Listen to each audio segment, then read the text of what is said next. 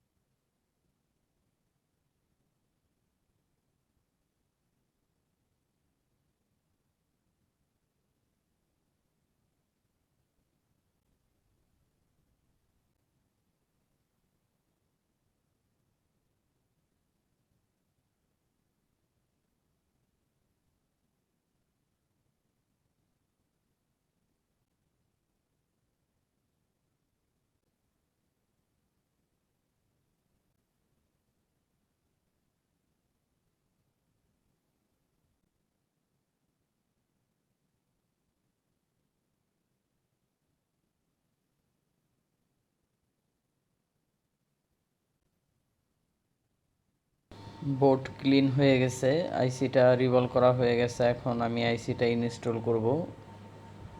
বোর্ডে মেজারমেন্ট করে ইনস্টল করে হটগানের মাধ্যমে আমি আইসিটা পেস্ট ইউজ করব।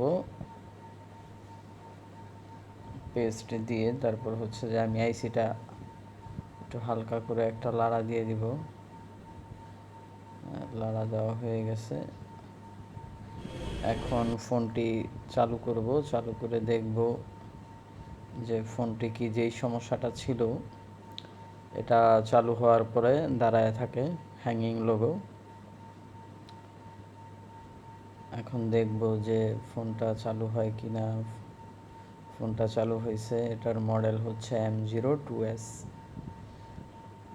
এটা চলে আসছে, চালু হয়ে গেছে।